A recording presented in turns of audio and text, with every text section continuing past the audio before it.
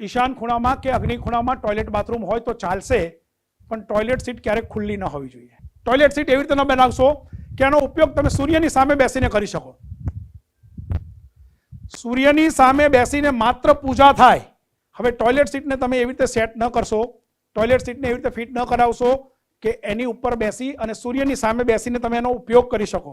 પણ છે તો શું, આવી ગયું છે સાહેબ, તો તોડને કા નહીં, તોડવાની તો વાત જ નહીં. શું કરવાનું? ટોયલેટ સીટની સામે એક નાનકડો મિરર લગાડી દેવાનો. શું કરવાનું?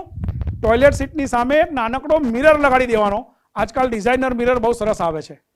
તો તમારી જે ટોયલેટ સીટ હોય, માની લો ઘણી વખત એવું બને કે તમે દરવાજાની અંદરથી સીધા ટોયલેટ સીટ પર જાઓ છો, તો જે દરવાજો છે દરવાજાની પાછળ એક નાનકડો મિરર લગાડી દો.